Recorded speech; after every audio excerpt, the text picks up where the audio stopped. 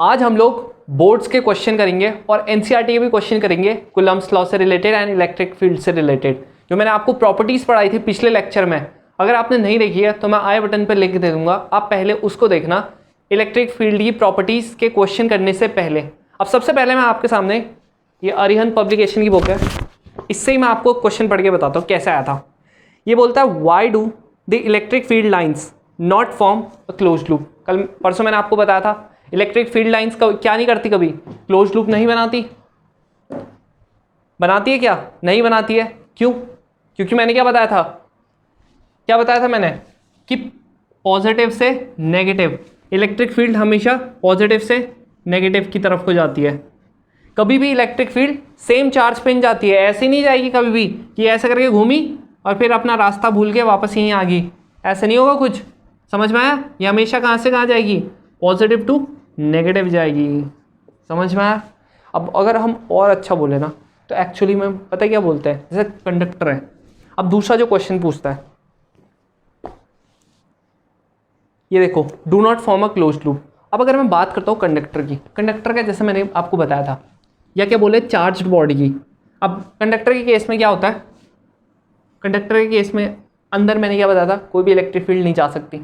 Electric field नहीं जा सकती तो फिर चार्जेस कहाँ रहेंगे इसके? चार्जेस इसके रहेंगे सरफेस पे। उस दिन बताया था ना कि ऐसे करके हमारा कंडक्टर था, ऐसे करके आ गया था, ऐसे करके आ गया था, मतलब या फिर ये तो भारी हो गया। यहाँ पे भी आप दिखा सकते हो, कोई दिक्कत नहीं है, सरफेस पे बस। लेकिन अगर जो चार्ज्ड बॉडी है, उसके अंदर तो कभी जाती नहीं है इलेक्ट्रिक फील्ड, तो क्या आएगा? No electric field exist inside the charged body. इसीलिए क्या होता है, इसीलिए जो आपको क्वेश्चन लिखा था कि वो क्या नहीं करती, क्लोज लूप फॉर्म नहीं करती। ये आपका एक क्वेश्चन हो गया। और क्या होता है देखो क्वेश्चन, और क्या पूछा इन्होंने, why do electric field lines never cross each other. कभी क्रॉस क्यों नहीं करती? बताया था क्रॉस क्यों नहीं करती है कभी, क्योंकि एक पॉइंट से हम दो टेंजेंट नहीं बना सकते, बस इसका रीजन यही था। और क्या पूछा हुआ, why must electrostatic field at the surface of the charged conductor be perpendicular to every point on it. वो क्या होगा? परपेंडिकुलर होगा हर एक पॉइंट के। क्या बोलता है, why must electrostatic field at the surface of the charged conductor be perpendicular to every point on it। वो perpendicular क्यों होगा हर एक पॉइंट के? यहाँ पर जो मैंने बताया था ना परपेंडिकुलर, इसका ना हम लोग आंसर थोड़ा बाद में पढ़ेंगे। समझ में आया? जब मैं आपको ना थोड़ा सा फ्लक्स वगैरह भी बता दूंगा ना पूरा, तब हम लोग इसका पढ़ेंगे तो आपको ज़्यादा समझ आएगा। बस अभी के लिए याद रख लो, हम रीज़न इसका बाद में पक्का पढ़ने वाले हैं। समझ में आया? ये तो आपकी सिंपल होगी किसकी, इलेक्ट्रिक फील्ड से क्वेश्चन। और भी आते हैं बट वो क्या आते हैं, थोड़ा सा रिलेटेड आते हैं, दूसरे टॉपिक से भी आपके रिलेटेड आएंगे। तो देखो डायरेक्ट क्वेश्चन है और बहुत पुरानी नहीं है। देखो 2014 में भी आ रखा है, 2012 में भी आ रखा है, अभी रिसेंटली भी पूछे गए हैं, वो आपको देखना है। लेकिन 2019-2020 का आपको देखना है। समझ में आया? और बहुत सारे क्वेश्चन पूछे गए इसके। अब और भी कॉम्पिटेटिव एग्जाम्स में पूछे जाते हैं। अब मैं आपको क्या कराता हूँ, एनसीईआरटी क्वेश्चन कराता हूँ कूलम्ब्स लॉ से रिलेटेड। अब देखो एनसीईआरटी का ना सबसे पहले हम करते हैं एग्जाम्पल करते हैं। कौन सा एग्जाम्पल करेंगे? हम करेंगे 1.6 वाला। आप आराम से बैठे रहो, टेंशन मत लो, मैं आपकी स्क्रीन पे दे रहा हूँ। ये रहा आपका क्वेश्चन।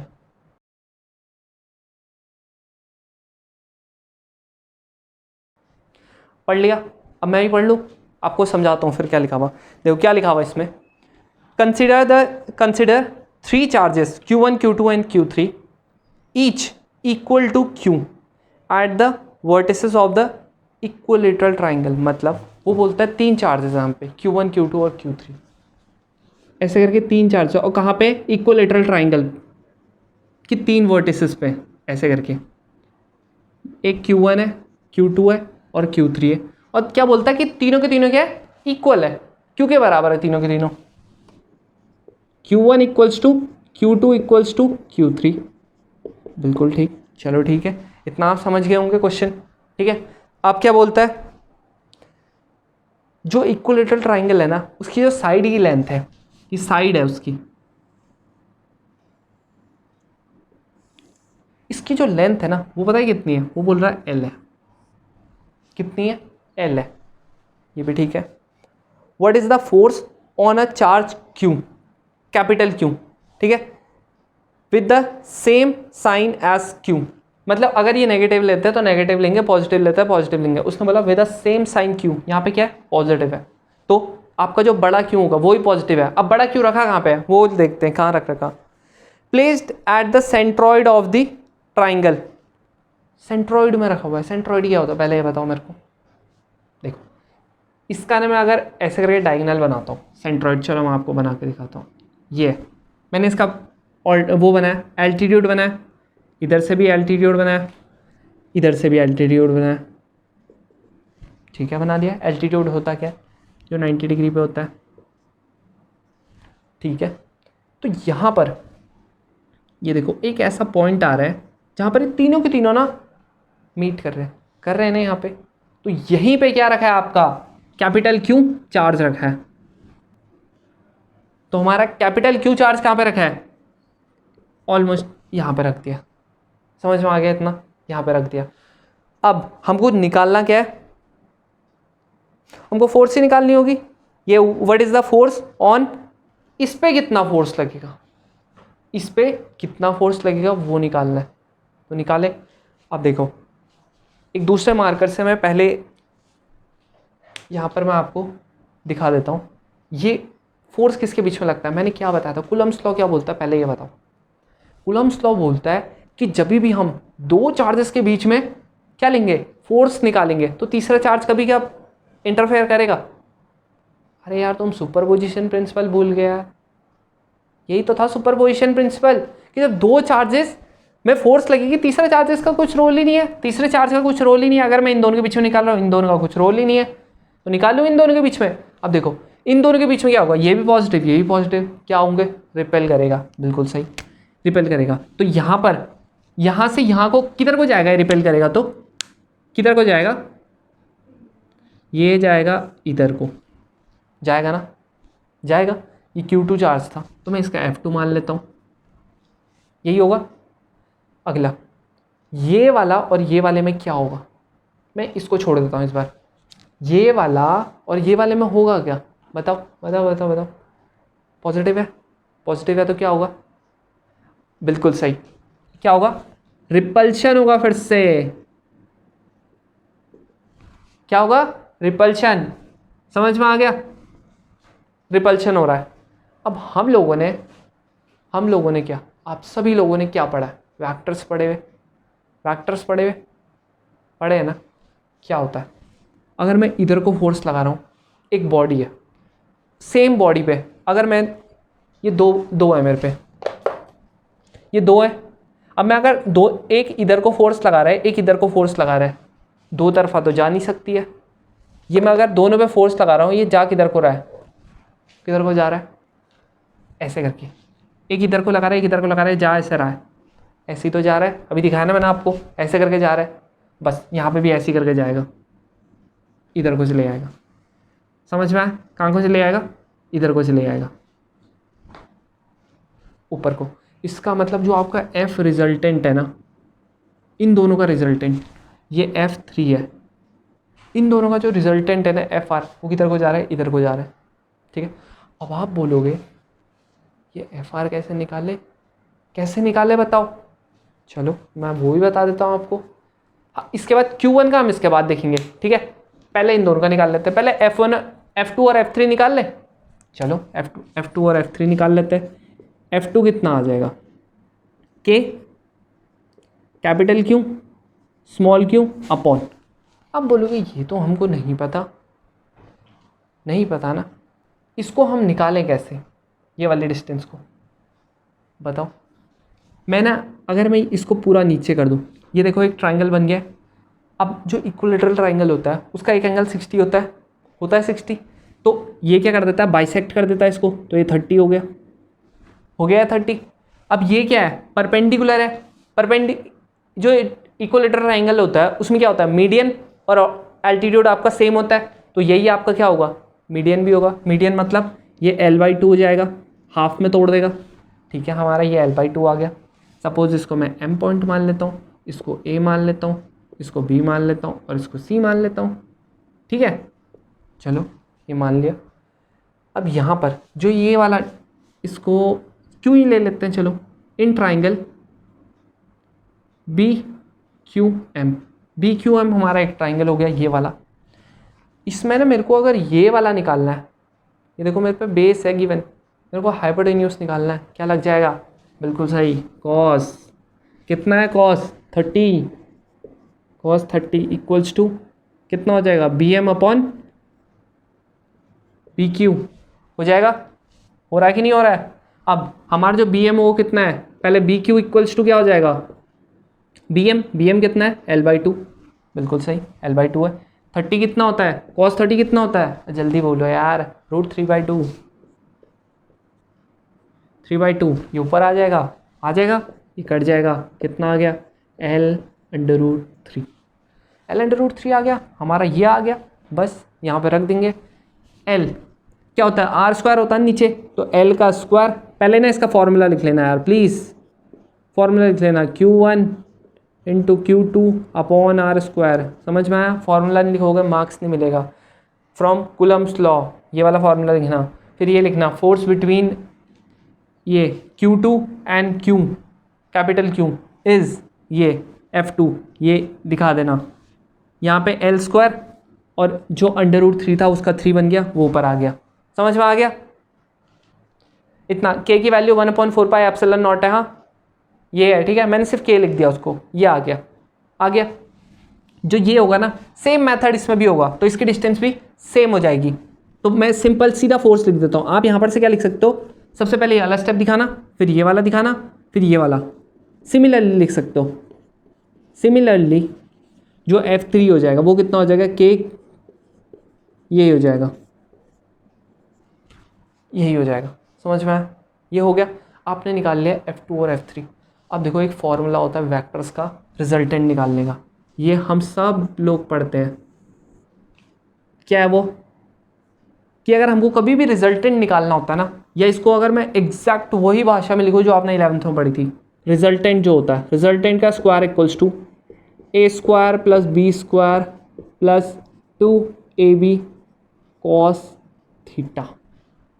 ये पढ़ा था, याद आ रहा है कुछ? वेक्टर्स में याद आ रहा है? ये पढ़ा था हमने, पढ़ा था ना? बस इसी फॉर्मूले से हम लोग ये निकालने वाले हैं। चलो देखते हैं कैसे। FR हम लोग बोलते हैं, हमने ये वाला रिजल्टेंट बोला FR है, इक्वल्स टू सीधा अंडर रूट में लिख दूँ, क्योंकि इसका जब स्क्वायर हटाएंगे तो इधर के साइड का अंडर रूट आ जाएगा। ये क्या है हमारा?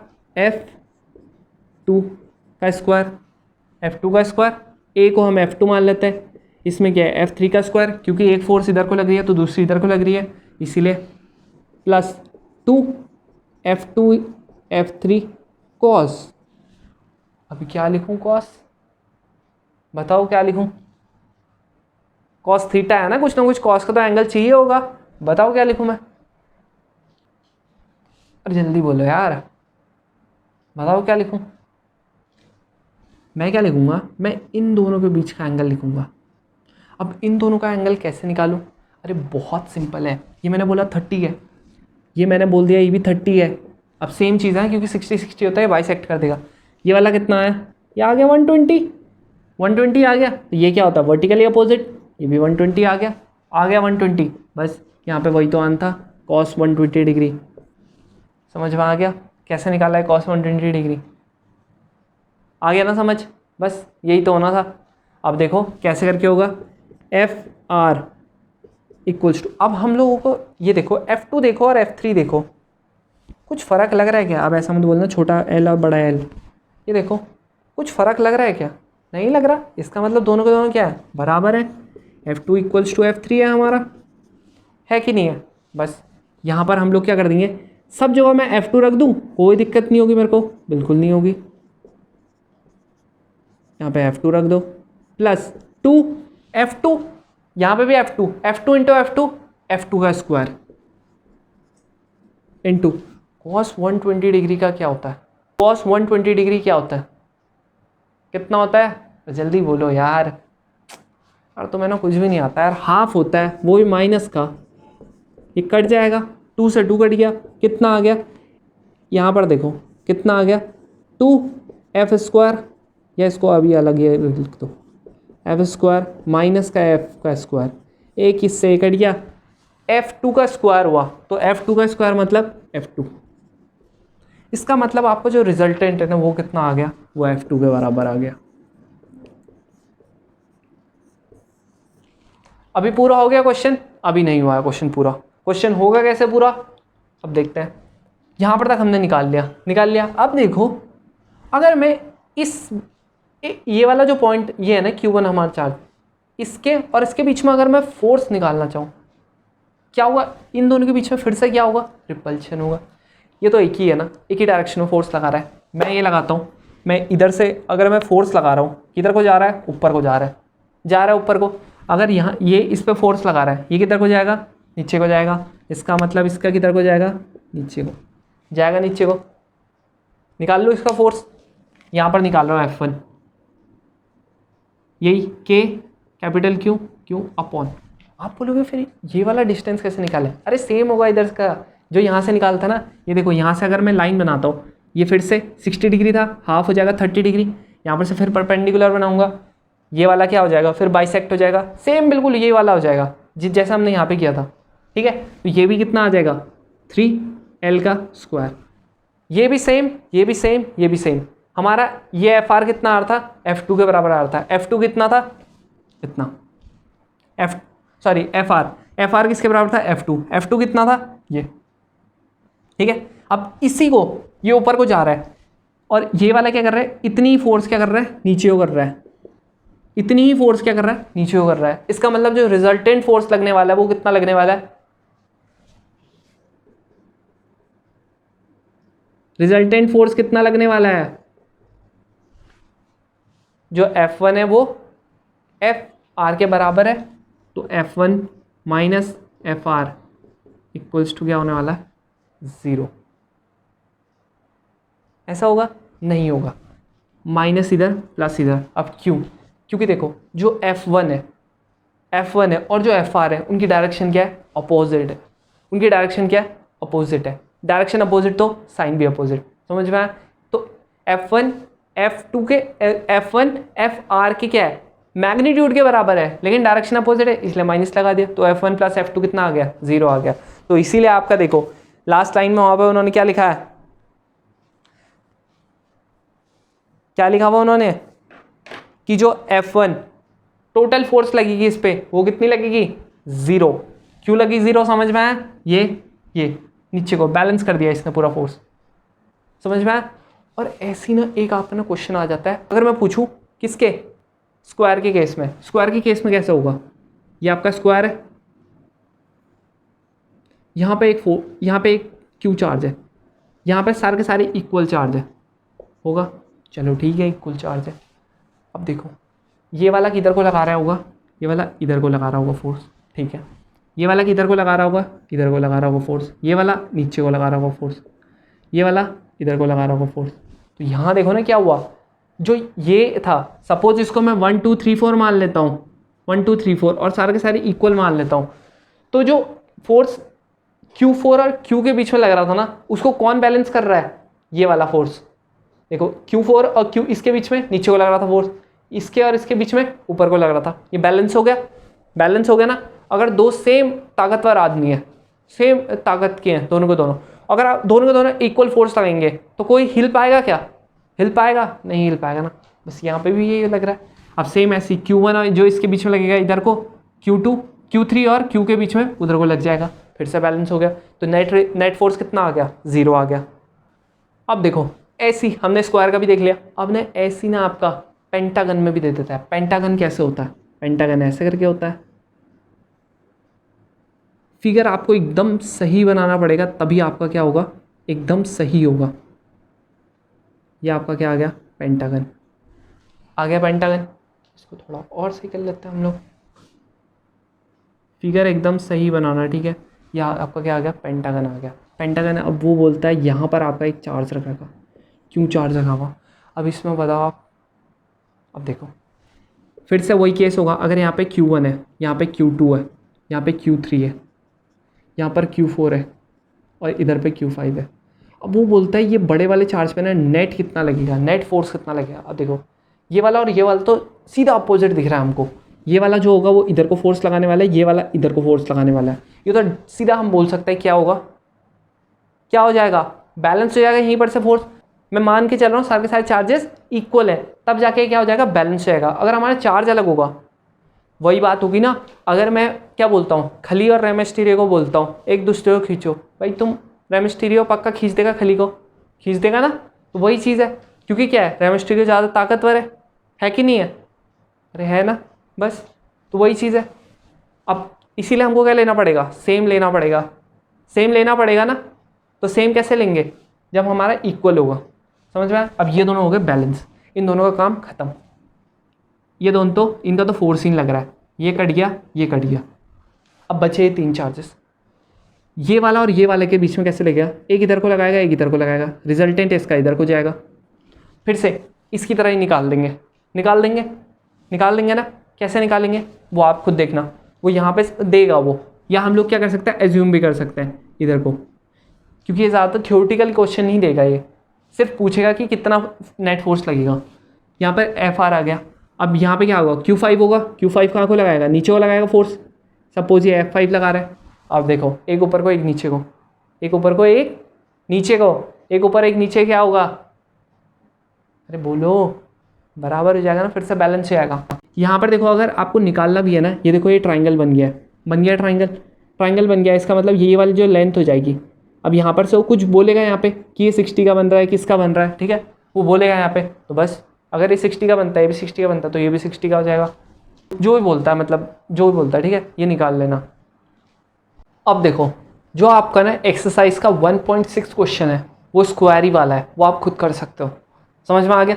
अब मैं आपको कराता हूँ नेक्स्ट क्वेश्चन, जो कैसे होते हैं। देखो जो आपका एग्जाम्पल नंबर 1.7 है, आप उसको देखो, ये आपके सामने आपका क्वेश्चन आ गया।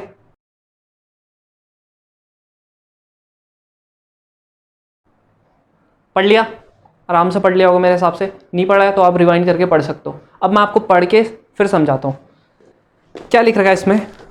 इन्होंने तो सीधा डायग्राम ही दे रखा है, लेकिन हम चलो डायग्राम पकड़ने की कोशिश करते हैं। Consider the charges Q, Q and minus Q placed at the vertices of equilateral triangle. फिर से इक्विलेटरल ट्राइंगल दे रखा है, मतलब कैसे करके, एक ऐसे, एक ऐसे, एक ऐसे। वो बोल रहा है कैसे, फिगर में कैसे दे रखा है इन्होंने, यहाँ पर माइनस Q है, यहाँ पर Q है और यहाँ पे भी Q है, ठीक है। बोल रहा है फोर्स क्या लगेगी हर एक चार्जेस पे। इस बार वो क्या पूछ रहा है, इस बार पूछ रहा है force on each charge, force on each charge, हर एक चार्ज पे कितना फोर्स लगेगा वो बताओ मेरे को जरा। चलो निकालते हैं। लेट से के लिए इसने क्या दे रखा है, ये Q3 मान लिया इसने, ये मान लिया इसने Q1 और ये मान लिया इसने Q2। समझ में आया। चलो अब देखते हैं कितना जो फोर्स लगता है, हर एक चार्ज पे फोर्स पूछ रहा हो। अब देखो अगर मैं 1 की करता हूँ बात, 1 पे कौन कौन लगा सकता है फोर्स, 2 चार्ज है हम पे, ये और ये रहा। इस पे जो फोर्स कौन कौन लगा सकता है, एक ये लगा सकता है, एक ये लगा सकता है, साफ सीधी बात। ये प्लस का है, ये भी प्लस का है, क्या करेगा, रिपल्शन करेगा। रिपल्शन करेगा तो ये किधर को जाएगा, इधर को जाएगा। लेट से के लिए अगर मैं एग्जैक्ट तुम्हारी बुक का ही मानूँ, ये क्या 1 पे लग रही है, 2 लगा रहा है, मतलब F12 लगा रहा है, F12 फोर्स मान लेते हैं अभी के लिए, इधर को लग रहा है, ठीक है, ठीक है। ये आपका क्या होगा, ये आपका ट्राइंगल हो रहा था, ट्राइंगल बन रहा था, इक्विलेटरल ट्राइंगल, हाँ इक्विलेटरल ट्राइंगल। यहाँ पर दूसरा क्या होगा, ये भी लगाएगा फोर्स, लेकिन ये रिपेल नहीं करेगा, ये तो माइनस है, माइनस प्लस क्या होता है, अट्रैक्ट होता है। तो ये क्या करेगा, अट्रैक्ट करेगा किधर को, ऊपर को, ठीक है, ये ऊपर को अट्रैक्ट कर देगा ऐसे करके इधर को। अब कौन किस पे लग रहा है, 1 पे लग रहा है, किसकी वजह से लग रहा है, 3 की वजह से लग रहा है। ये F3 आ गया, 1 F3 कितना आ गया, F13 आ गया। अब देखो इसके बीच में एंगल क्या बनेगा, ये वाला एंगल हमको अगर क्या निकालना है, वही वाला फॉर्मूला जो हमने ही पढ़ा था, कौन सा, FR इक्वल्स टू F1 का स्क्वायर प्लस F2 का square plus 2 F1 F2 cos theta, वही वाला फॉर्मूला लगाना पड़ेगा। क्यों लगाना पड़ेगा, देखो ये इधर को जा रहा है, ये ऊपर को जा रहा है, अब वही चीज़ आ गई फिर से, एक तो इधर को जा रहा है, दूसरा आपका इधर को जा रहा है।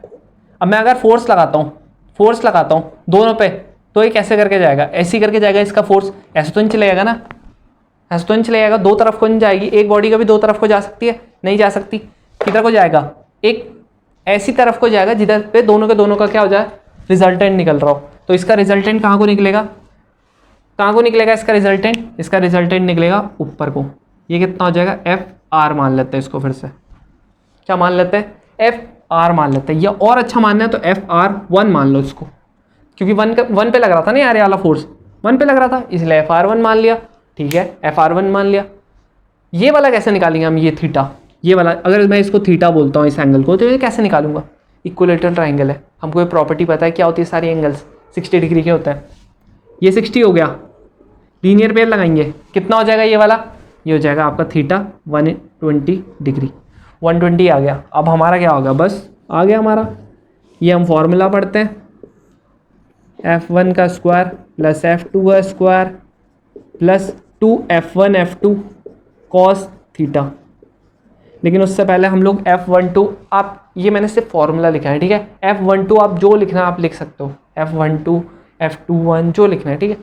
यहाँ पर हम f12 निकाल लेते हैं, कितना आ जाएगा, k, क्यों ये वाला क्यों ही है ना, Q1 Q2 Q3 नहीं लिख रहा हूँ, सिर्फ Q लिख रहा हूँ, क्योंकि वो सबकी वैल्यू कितनी है, Q के बराबर ही है। ये वाला अगर इससे बताता हूँ मैं, F12 ये और ये, Q into Q upon distance कैसे निकलेगा, लेट से के लिए मैं x मान लेता हूँ, पूरी डिस्टेंस सारी साइड्स तो सेम है, x मान लेता हूँ, कोई फ़र्क थोड़ा पड़ेगा, r मान लो, x मान लो, कुछ भी मान लो, मैंने x मान लिया। लेकिन इससे पहले कूलम्ब्स लॉ का फॉर्मूला लिखना पड़ेगा, फ्रॉम कूलम्ब्स लॉ, ठीक है। ये आ गया, ये आपकी फर्स्ट, ये आपकी पहली फोर्स आ गई है, इधर को जो लग रही थी। अब इधर को देखते हैं, F13 इक्वल्स टू के क्यू अपॉन एक्स स्क्वायर और माइनस का साइन, ठीक है, क्योंकि ये क्या था, माइनस का था। अरे हट, ये क्यों लगेगा माइनस का, जब हमसे मैग्नीट्यूड ले रहे हैं पगले, तो ये माइनस का साइन क्यों लगाएंगे, मैग्नीट्यूड में कहीं माइनस का साइन आता है, आता है बताओ, नहीं आता, तो ये नहीं लगेगा, समझ में आया, ये नहीं लगेगा।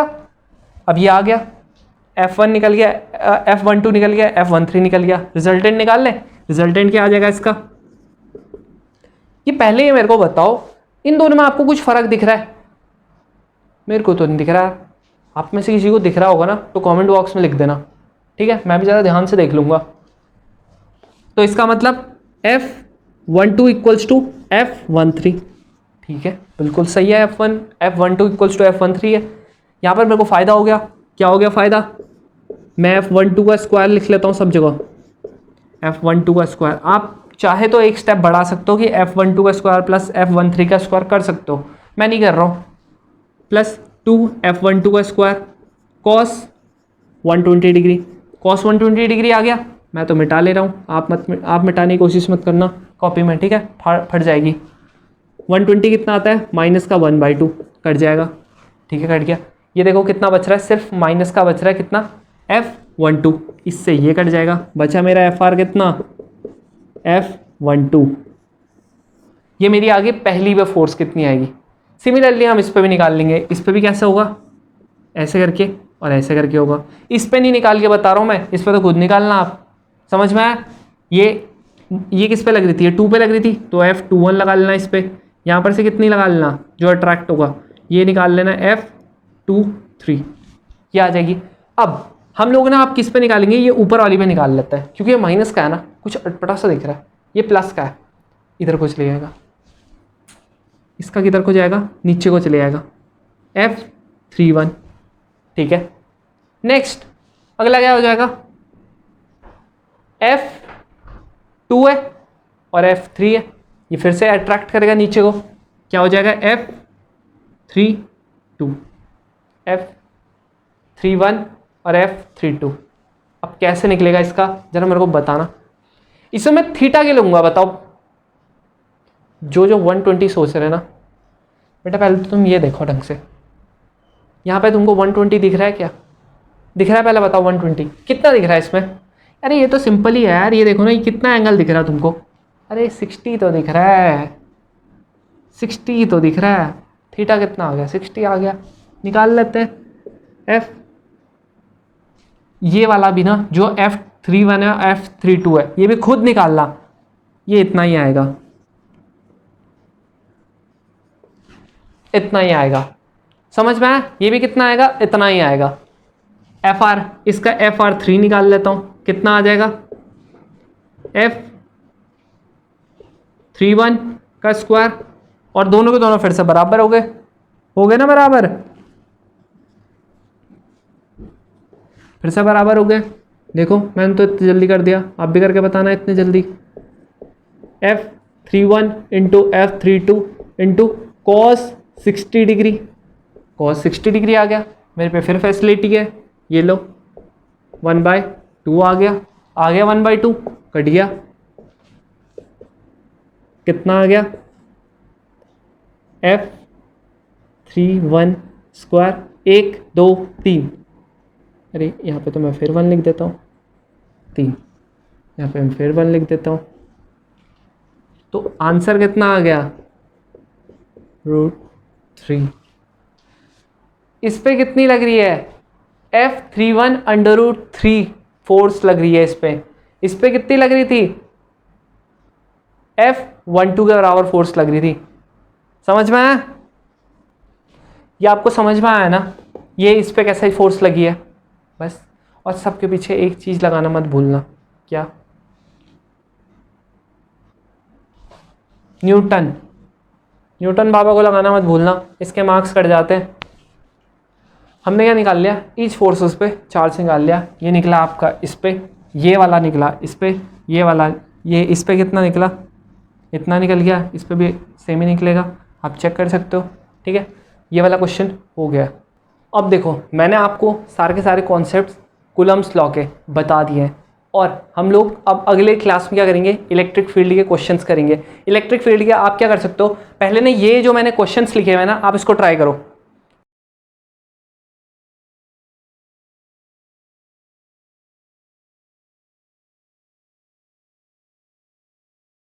समझ में आया? ये एक्सरसाइजेस के हैं, ये आपका एग्जाम्पल है 1.9। 1.9 क्या है? इलेक्ट्रिक फील्ड का ही एग्जाम्पल है। समझ में आया? इलेक्ट्रिक फील्ड में भी ना ऑलमोस्ट कूलम्ब्स लॉ की तरह ही लगता है, सब कुछ वेक्टर वगैरह आपका सब वही होगा। और अगर आपको और अच्छा समझना है तो मेरी प्रीवियस वीडियो जो मैंने इलेक्ट्रिक फील्ड पर बताई थी, उसमें मैंने काफ़ी अच्छा समझा रखा था, आपको उससे समझ आ जाएगा क्या फ़र्क होता है कूलम्ब्स लॉ और इलेक्ट्रिक फील्ड के बीच में। अब अगर आपको वीडियो अच्छी लगी है तो आप क्या करो? वीडियो को लाइक करो। अगर आपको कोई भी डाउट है तो आप क्या करो? कमेंट बॉक्स में लिखो, और सब्सक्राइब करो चैनल को, ताकि मेरी जो भी वीडियो आने वाली है वो आपको सबसे पहले मिल सके। और अपने दोस्तों के साथ भी शेयर करो, ताकि जो आपके दोस्त अभी तक जिन्होंने प्रिपरेशन स्टार्ट नहीं किया वो भी अपनी प्रिपरेशन स्टार्ट कर सके, और अच्छे से उनको कॉन्सेप्ट सारे के सारे समझ आ सके। Don't be selfish. तो मिलते हैं परसों नेक्स्ट वीडियो में 3 बजे, तब तक के लिए बी सेफ।